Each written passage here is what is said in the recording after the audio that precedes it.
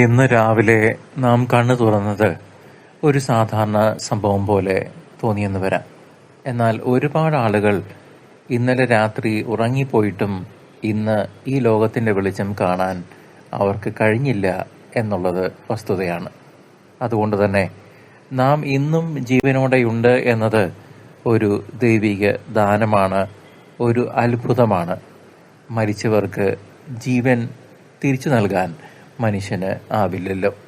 പലപ്പോഴും നമ്മുടെ മനസ്സ് ഇല്ലാത്ത കാര്യങ്ങളിലേക്കും നഷ്ടങ്ങളിലേക്കും വേദനകളിലേക്കും ഓടിപ്പോകുന്നു. എന്നാൽ ദൈവം നമുക്ക് നൽകിയിരിക്കുന്ന ഏറ്റവും വലിയ സമ്മാനം ഈ നിമിഷം തന്നെയാണ്. ഇതാണ് കർത്താവ് ഉണ്ടാക്കിയ ദിവസം. നാം സന്തോഷിക്കുകയും ആനന്ദിക്കുകയും ചെയ്യുക. സങ്കീർത്തനം 118:24 ഇങ്ങനെ പറയുന്നു: നമ്മുടെ ജീവിതം എത്ര പ്രയാസകരമായാലും പിതാവായ ദൈവം നമ്മെ ഈ നിമിഷം വരെ താങ്ങിയിരിക്കുന്നു എന്ന സത്യം മറക്കരുത്.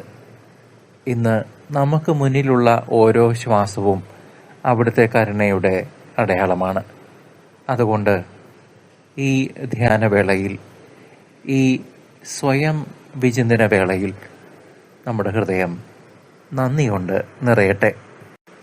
പുറമെ എല്ലാം സാധാരണമാണെന്ന് തോന്നിയാലും നമ്മിൽ പലരുടെയും ഉള്ളിൽ വലിയ യുദ്ധങ്ങളാണ് നടക്കുന്നത്. ചിലർ ആരോഗ്യ പ്രശ്നങ്ങളുമായി പോരാടുന്നു. ചിലർ ജോലി സംബന്ധമായ അനിശ്ചിതത്വങ്ങൾക്കിടയിലാണ്. ചിലരുടെ മനസ്സിൽ കടബാധ്യതകളുടെ ഭാരം കിടക്കുന്നു. മറ്റു ചിലർ കുടുംബത്തിലെ പ്രശ്നങ്ങളും പഠനവുമായി ബന്ധപ്പെട്ട സമ്മർദ്ദങ്ങളും വഹിക്കുന്നു. ആരോടും പറയാതെ വർഷങ്ങളായി വേദനയും നിരാശയും ഒറ്റപ്പെടലും കടിച്ചമർത്തി ചുമന്നുകൊണ്ടിരിക്കുന്നവരും ഇതിൽ ഉണ്ട്. ദൈവം നമ്മുടെ മുഖം മാത്രമല്ല, നമ്മുടെ ഹൃദയവും കാണുന്നവനാണ്.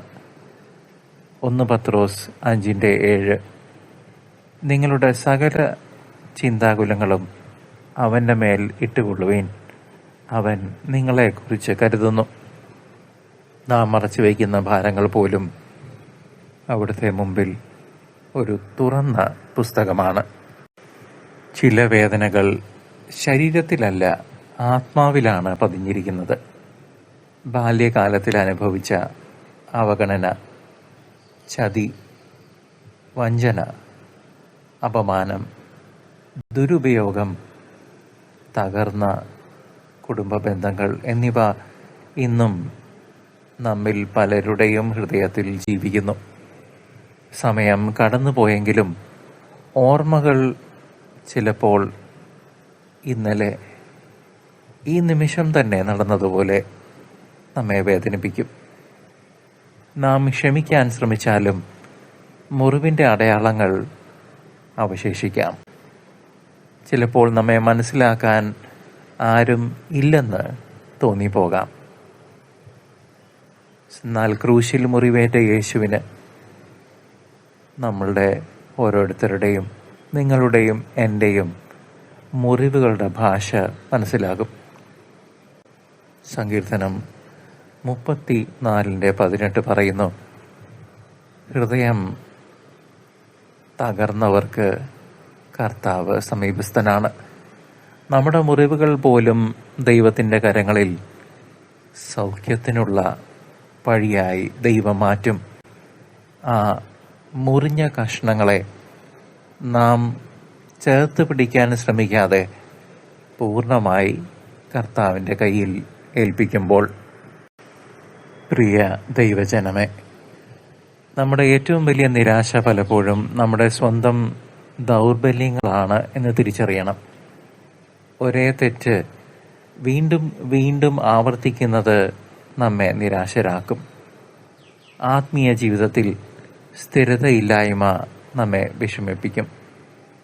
പ്രാർത്ഥിക്കണമെന്ന് ആഗ്രഹിച്ചിട്ടും കഴിയാതെ പോകുന്ന ദിവസങ്ങൾ തീർച്ചയായും ഉണ്ടാകും.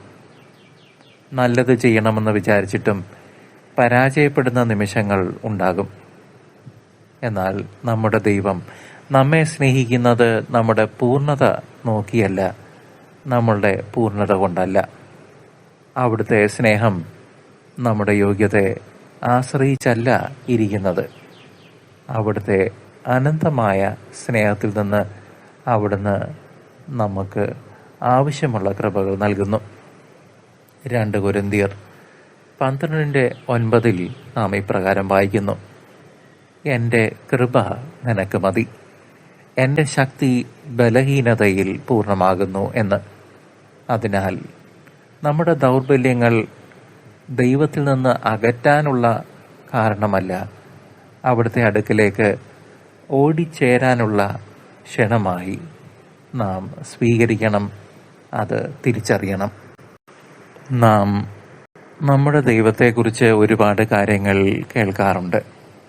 ദൈവം സ്നേഹമാണ്, ദൈവം കരുണയാണ്, ദൈവം പിതാവാണ്, പിതാവും പുത്രനും പരിശുദ്ധാത്മാവും ഒന്നാണ്, ത്രിത്വേക ദൈവം എന്നൊക്കെ. പക്ഷെ ഈ സത്യങ്ങൾ നമ്മുടെ ചെവിയിൽ നിന്ന് ഹൃദയത്തിലേക്ക് ഇറങ്ങിച്ചെല്ലുമ്പോൾ മാത്രമാണ് നമ്മുടെ ജീവിതം മാറി തുടങ്ങുന്നത്. ഒരു കുട്ടി തൻ്റെ അപ്പൻ്റെ കൈ പിടിക്കുന്നത് പോലെ ദൈവത്തിൽ ആശ്രയിക്കാൻ നാം ഓരോരുത്തരും പഠിക്കണം, പൂർണ്ണമായി തന്നെ. നമ്മുടെ പ്രാർത്ഥനകൾ വെറും വാക്കുകളുടെ ആവർത്തനമായല്ല, അത് പിതാവിൻ്റെ ഹൃദയത്തോട് ചേരുന്ന അനുഭവമായി മാറണം. നിങ്ങൾക്ക് പുത്രത്വത്തിൻ്റെ ആത്മാവിനെ ലഭിച്ചിരിക്കുന്നു, അതിനാൽ നാം ആബാ പിതാവേ എന്ന് വിളിക്കുന്നു എന്ന് റോമർ 8:15 നാം വായിച്ചു കാണുന്നു. ദൈവം നമ്മെ സ്നേഹിക്കുന്നു അളവില്ലാതെ എന്ന അറിവ് തലച്ചോറിൽ മാത്രം നിൽക്കാതെ ഹൃദയത്തിൽ ഒരു പുത്തൻ അനുഭവമായി ഓരോ ദിവസവും ഓരോ പ്രഭാതത്തിലും മാറുമ്പോൾ നമ്മുടെ ഉൾഭയങ്ങൾ ക്രമേണ അലിഞ്ഞ് ഇല്ലാതായിത്തീരും. അവിടുത്തെ സാന്നിധ്യം അപ്പോൾ ഒരു ആശയമായിട്ടല്ല, ജീവിക്കുന്ന യാഥാർത്ഥ്യമായി, അനുഭവമായി തീർച്ചയായും മാറും. God bless you.